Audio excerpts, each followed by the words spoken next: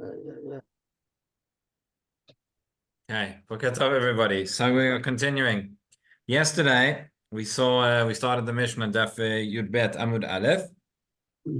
So the Machloket Beit Shammai and Beit Hillel. Let's just read the Mishnah again. So Beit Shammai Omrim Ein Motziin Lo Takatan Lo Talulav V'Lo Sefer Torah L'Shut Rabim uBeit Hillel Matirin. So Beit Shammai say one is not allowed on Yom Tov.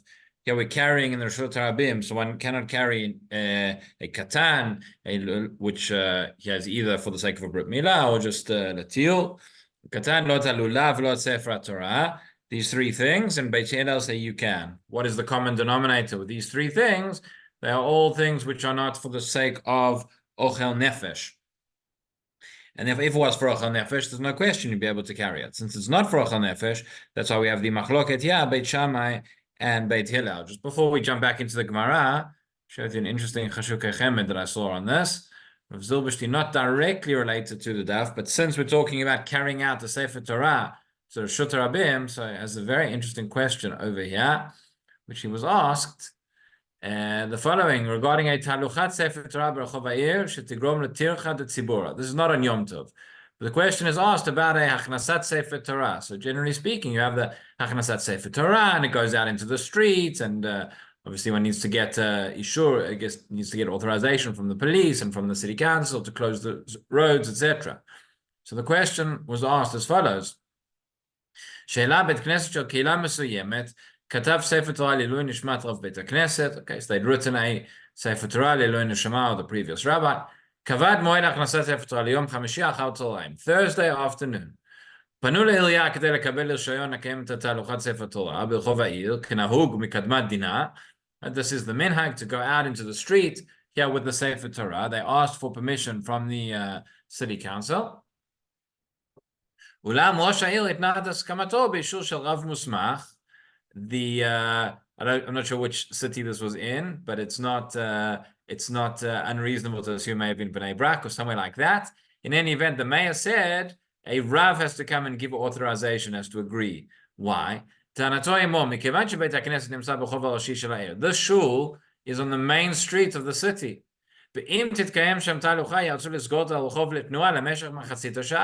And if they are going to have this talucha take place, they're going to close the street. The main road is going to be closed for half an hour. Okay, this was before the time when the main roads were closed every Sheni v'Chamishi, and that's just what people did. But that was the question. He says, it's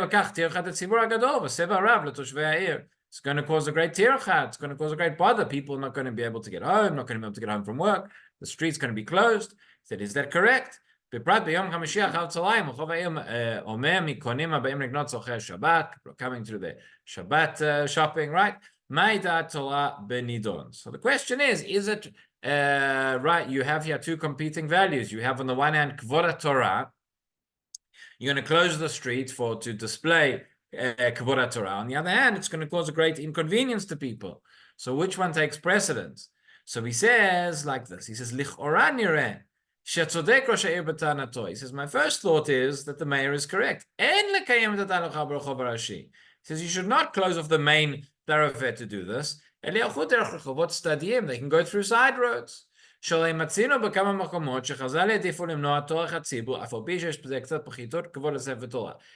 Zilberstein, I have proof. I'm going to bring you three proofs that the Chazal said, even if there's less kavod for the Sefer Torah, nonetheless, we have to take into account Torah Chatzibur. Where do we see this? So one's going to be very relevant. Kagon Alef, B'yom Shishi, B'yom Sheyesh Shtei Sifrei Torah. When we have two Sifrei Torah, like Pashat Shkalim, for example, Kagon, or on Yomim Tovim, Motzin et Shnei Asfarim B'vat Achat. Never thought about this, but you take out the two Sifrei Torah at once. Strictly speaking, that's incorrect. Strictly speaking, we should have said you take out one Sefer Torah and then afterwards you go out and take the other Sefer Torah, because we enos in mitzvot chavilot. That is a principle we have, that we don't do perform all the mitzvot together in bundles so as to make it seem as if they're less important, or as to make it seem we want to get through them.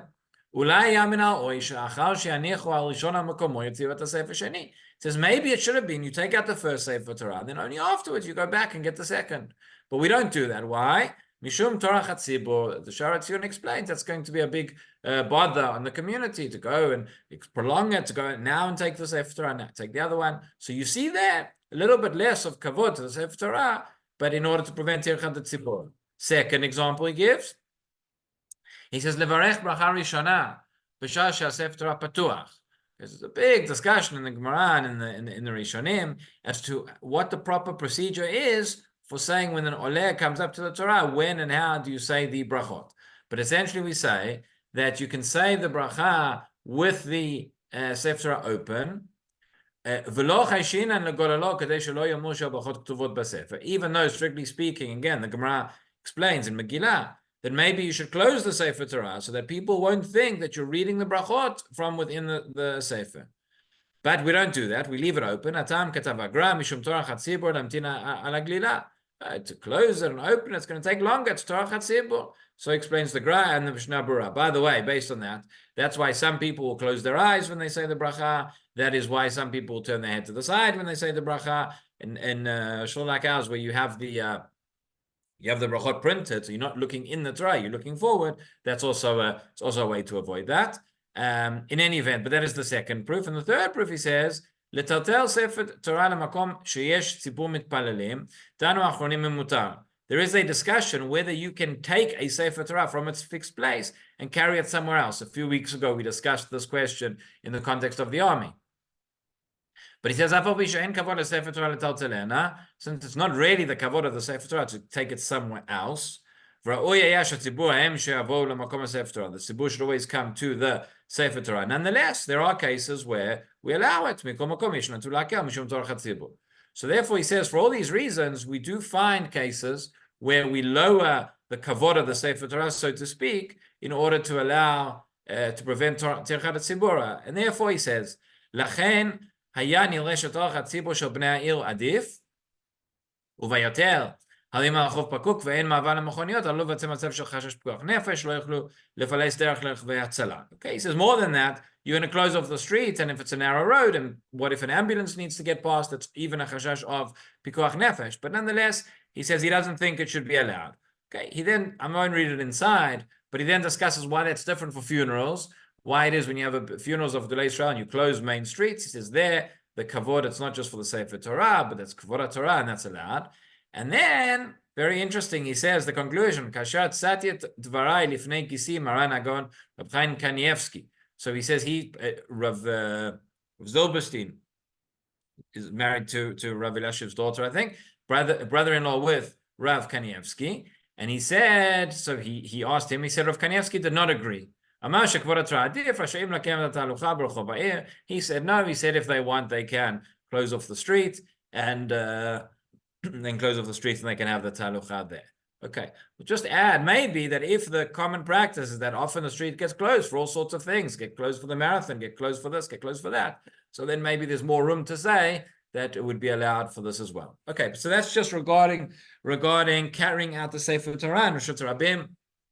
That was an interesting question with some practical nafkaminas as well. So then the Gemara said, okay, what is the machloket between Beit Shammai and Beit Hillel? So our first suggestion was that it's all about mitoch. Mitoch she'utra melacha letzorech, hutra nami shelo letzorech. Since we allow a melacha for the sake of ochel nefesh, we allow the same melacha also not for the sake of ochel nefesh. That is what Beit Hillel holds. Beit Shammai do not hold that principle. We'll come back to it again many times in our Masechet. But at this point, then the Rabbi says maybe that's not the case. So let's pick up about halfway down the Amud. It says Matkif la Rabba. Who says that their argument is about mitoch? Maybe the machloket is whether we say that the melacha of hotza'ah exists in the first place relating to Yom Tov. Beit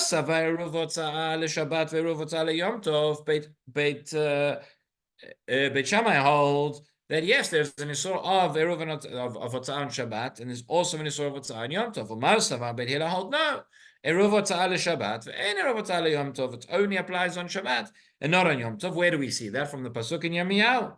Kedichtiv ולא תוציאו מסע מבתיכם ביום השבת, בשבת in, ביום טוב לא. In the pasuk it says on Shabbat. So there's the seeming implication is that it's on Shabbat that you can't carry, but on Yom Tov you could.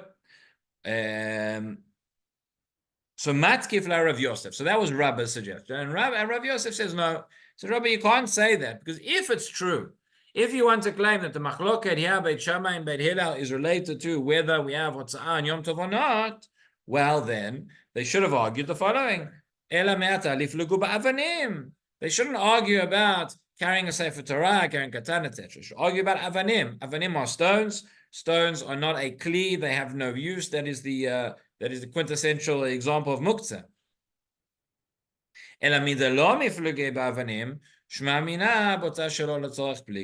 Since they do not argue about avanim, therefore you understand that it's not a question of hotza'ah in general, but it's a question of hotza'ah shelo letzorech. So let's see Rashi here.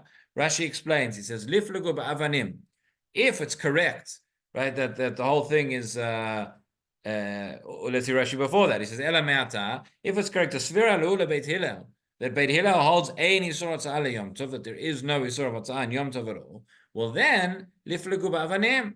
Says Rashi, ein isur hotza'ah, ein isur tiltul. He says, if there's no isur of hotza'ah, well, then there's not going to be an isur of carrying either. I.e., there's not going to be an isur of muktzah. Shelo nesa tiltul ela mishum hotza'ah. Says Rashi, why do we have an isur of carrying muktzah? Because you might come to carry it in Reshut Rabim. It's a gzeira muktzah according to everybody. It's an isur Rabbanan. But it's why did Rabbanan establish that gzera? Says Rashi, so you won't come to carry, transgress the melacha of hotza'ah. Now, if that's the case, well then you shouldn't be able to carry anything. So says Rashi, mashelog azra kol tiltulim afilu al ochlim v'kelim. He says, but when they made the gzera of muktzah, they did not make the gzera on everything, not on food and on kelim. Mishum da'en gozrin gzera latzibur. Fundamental principle when it comes to gzerot, Chazal did not establish a gzera that the majority of the tzibur could not withstand, could not uphold. And we have examples in the Gemara of certain things which of gzerot which did not did not stand. For example, the Gemara in Avodah Zarah talks about we have certain categories of food which the food itself is kosher, but we don't allow it because of concerns of preventing intermarriage, etc. So that is why you have stam yeinam, and you have bishul akum, for example, which was cooked by a non-Jew, and pata akum, which was made by a non-Jew. Gemara Avodah Zarah says they tried to make a gzera on shem and akum, and that gzera did not stand regarding oil. That the tzibur could not, they didn't accept it. So here too, if Chazal had made a gzera that you can't carry anything, so that would not they would not have been able to uphold that. But interestingly, you see in this Rashi that what does he say? He says the reason for tiltul, the reason for the isur tiltul is carrying, which is muktzah, is because of hotza'ah. Now, not everybody agrees with that. Let's look at the Rambam very quickly. The Rambam in Hilchot Shabbat, Perek Kaf Daled, towards the end, he discusses muktzah, and you'll see over here. In Halacha Yud Bet, he says as follows. Says the Rambam, Asru chachamim leteltel miktzat dvarim b'Shabbat kederach shu oseh b'chol. Chachamim prohibited us from carrying certain things on Shabbat in the way that one does on the weekday. That is muktzah. Why did they establish this prohibition? Amru, Uma im hizhiru neviim v'tzivu shelo yeluchacha b'Shabbat kilocha b'chol. Right? We have the pasuk in the Navi that tells us, right? That we learn from there that the way the person walks on Shabbat is not the same as the way a person walks on a weekday, right? You shouldn't be running on Shabbat, unless it's for a mitzvah. You shouldn't be running, you shouldn't be taking a p'siyah gasa. The way that you speak on Shabbat is not the same as the way you speak on a weekday. You shouldn't be talking about business, shouldn't necessarily be talking about politics, right? All those sorts of things. You should be, a speech on Shabbat is different. That is learned from the Navi, as it says, daber davar. So kal v'chomer shelo yeh tiltul b'Shabbat ketiltul b'chol. Says the Rambam. Therefore, Chachamim learned, if it's just for walking and for speech, that it has to be different. So too, the things that you're carrying, the way that you're the dealing with the physical objects, that needs to be different on Shabbat to what it is during the week. כדי שלא יהיה כיום חול בעיניו, ויבוא להגביה ולתקן כלים מפינה לפינה. All right? You're going to be carrying things, going to be reorganizing your house, doing all sorts of things, bite לבית, or להצניע אבנים. You're going to be, I don't know, on Shabbat, right, reorganizing your rock collection, whatever it is. כיוצא בהן, שהוא בטל ויושב בביתו. You're not at work, you're sitting at home. ויבקש לבית שיתעסק bו, and people are fidgeting and need something to fiddle with. So you're going to pick up all these things. You're going to be engaged in activities that is purely weekday activity that's not appropriate for Shabbat. And therefore, נמצא שלא Shabbat. You're not just sitting and enjoying Shabbat. ובטל הטעם שנאמר בתורה למען ינוח. Okay, so therefore, says the Rambam, muktzah has got nothing to do with hotza'ah. It's got to do with, we don't want you to be dealing with things the way that you would in the weekday. שלא יהיה, right, שלא יהיה טלטול בשבת כטלטול בחול. Furthermore, he says in the next halacha, עוד, שיבקר ויטלטל כלים שמלאכתן לאיסור. I've mentioned this before as well, by the way, that when it comes to muktzah, muktzah is one of those words that we generally think of muktzah, we think maybe intuitively about the kli shemelachto leisur. Kli shemelachto leisur is not the classic example of muktzah. That's why it's a more lenient version as well. Muktzah is something which is set aside, which has no use. But yeah, you see another category. He says, odd. So a kli which is melachto leisur, meaning it has a use, but its use is a weekday use. For example, a pen. A pen would be a kli shemelachto leisur because what do you do with the pen? You write, and that's forbidden on Shabbat. So if they did not establish muktzah for these things, did not establish isur tiltul, so then if shitasek ben ma'at v'avoli day melacha, you're just holding things out of habit, you're going to perform melacha. Right? I'm sure this never happened to anybody here, but just sometimes out of habit, you pick up your cell phone and you start pressing buttons, you start looking at things just out of habit. Okay, it would be the same thing mentioned before. A cell phone is a question which category of muktzah would fit into. Also, probably a kli shemelachto leisur, unless it's a very expensive cell phone, maybe muktzah mechamat chesron kis. In any event, continues the Rambam. There are some people who are not don't have professions. Ela betelin kol yamehem. They just sit and do nothing all day. Kegon hatayalin v'yoshvei kranot. Shekol yamein en shoftim memelacha. They never do anything constructive. For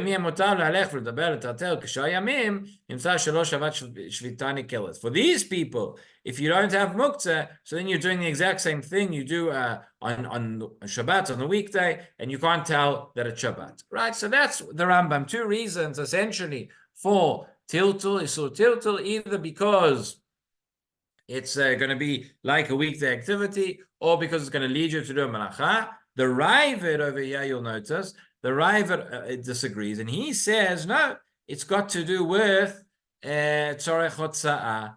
Right? He says at the end, just the last line, just like Rashi said over there. Okay, so I thought we should see that Rambam, important when Rashi tells us the reason for tiltul, right? Not everybody agrees with that. Okay. But in any event, we said, so Rav Yosef said, if the machloket between Beit Shammai and Beit Hillel was regarding whether you have a melacha v'hotza'ah at all on Yom Tov, so then the machloket should have been related to avanim, to something which is completely muktzah, and we saw Rashi's explanation. But since they did not argue about that, continues Rashi, Ela midelo yiflug ba'avanim. Shmamina delekule alma yesh hotza'ah leYom Tov. We therefore understand that there could be, would be a sort to carry avanim.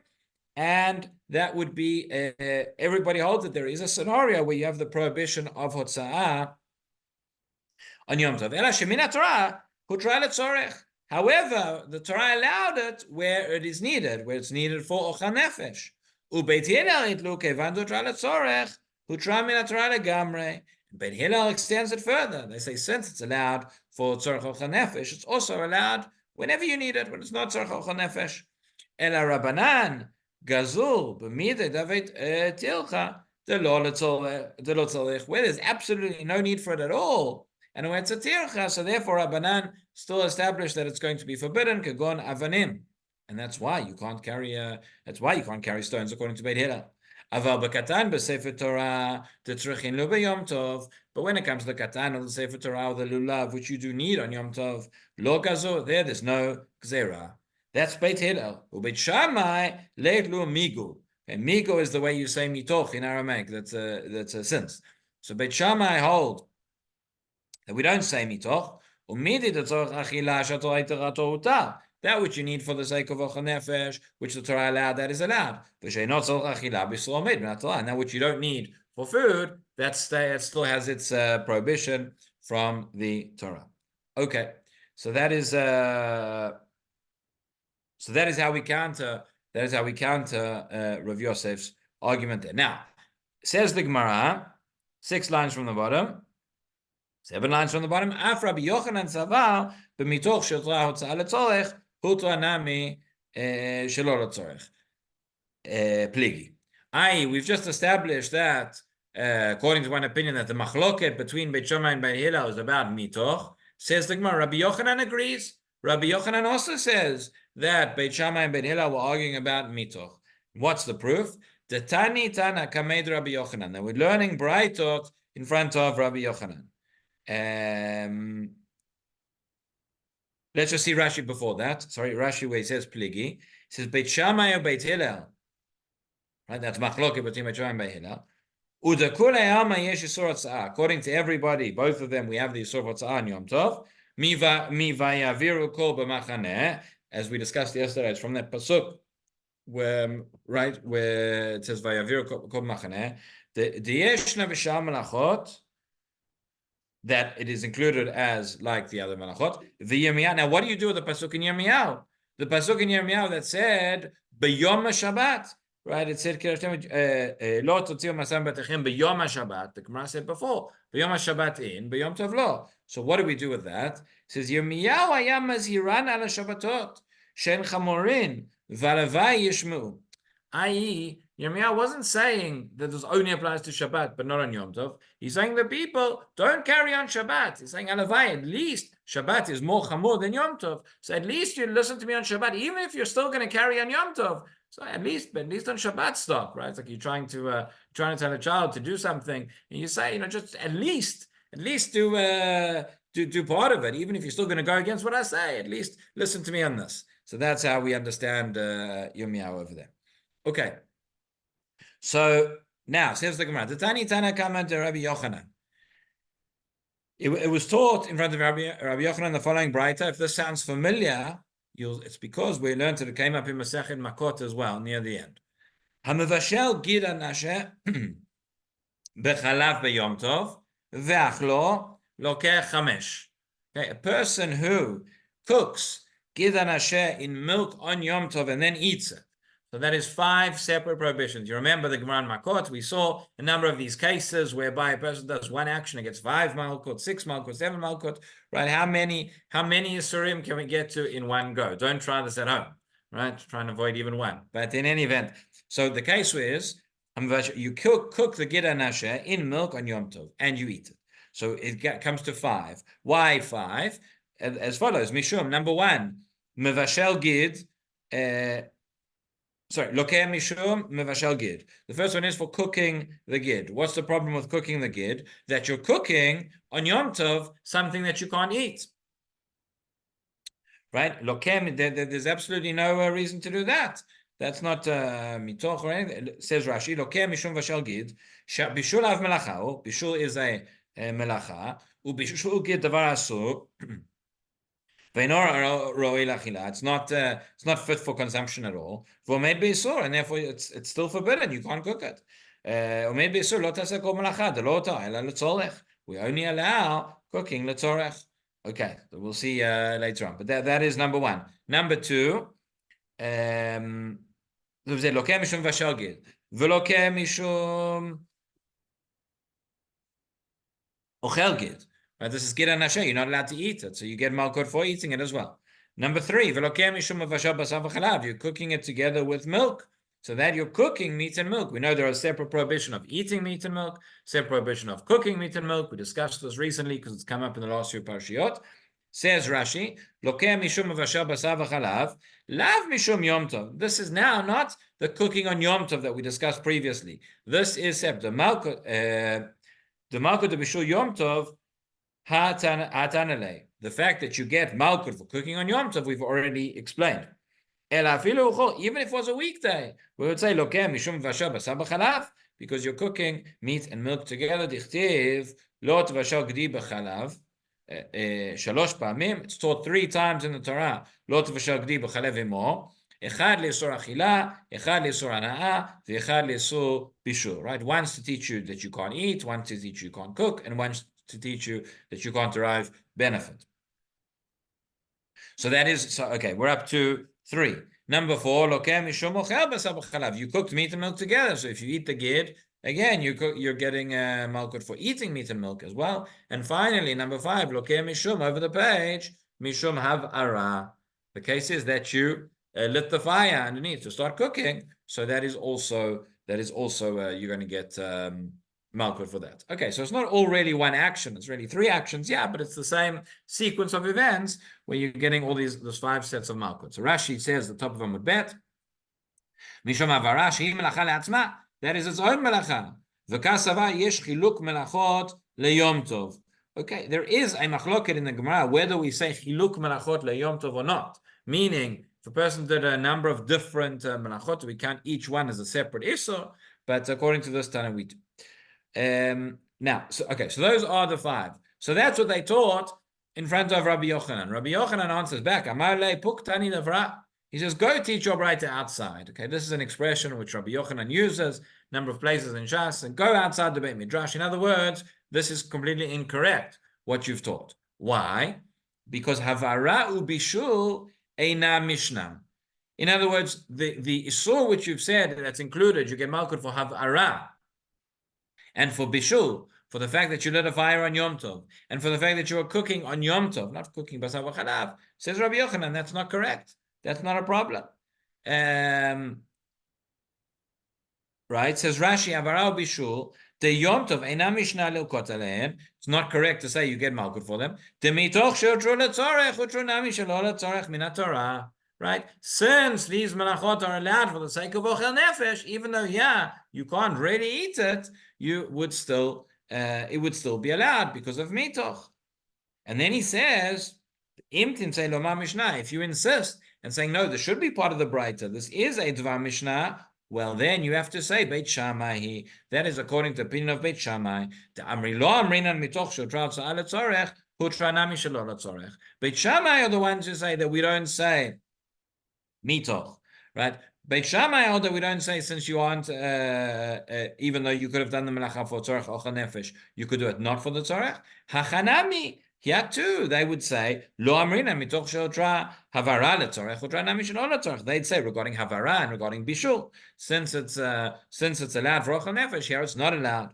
However, continues Rabbi Yochanan, Beit Hillel, if you're going to say that it's Beit Hillel, kevan amri mitoch sheotra letzorech utra nami shelo letzorech, just like Beit Hillel said, that you can, since carrying was allowed for letzorech ochel nefesh, it's also allowed shelo letzorech ochel nefesh. Where Beit Hillel say that? They said that in our Mishnah, right?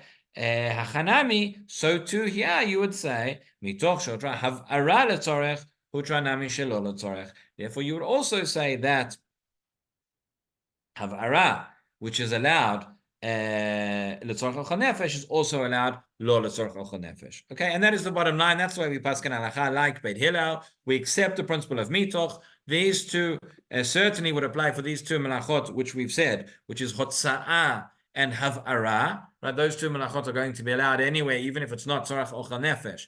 Going to be allowed also nami shelo letzorech ochel nefesh, and other melachot as well. Those ones which are allowed for ochel nefesh, like bishul and afiyah and etc. It's an interesting question about shchita, by the way. Shchita, so the Gemara says that any time you kill an animal, that would be a derivative of shchita. It actually says that shchita is a tolada of netilat neshama. But so one of the questions that comes up, since shchita is allowed, tzorech ochel nefesh, so would I say mitoch sheotra shchita letzorech ochel nefesh or nami shelo letzorech ochel nefesh? Where could this be a question? Let's say killing mosquitoes, things like that. So what would be the Isur of killing a mosquito? Obviously, you're not going to eat it, but it's called, but that would be a derivative of the Malacha of Shchita. Would that be allowed on Yom Tov? So there's actually a shut in B'Marab Zak dealing with this. Maybe we'll look at it next week. It's not so clear, however, there still has to be a need, even though it's not a need of Achal Nefesh. If it's just removing an obstacle, it's not so clear that that necessarily counts. So practically speaking, even on Yom Tov, we would have to be concerned about killing mosquitoes, but that's something which comes out of this discussion as well. Okay. Adkan, Yom Tov, Shabbat Shalom, everybody. Thank you. Oh. Shabbat Shalom. Have a good day, everybody.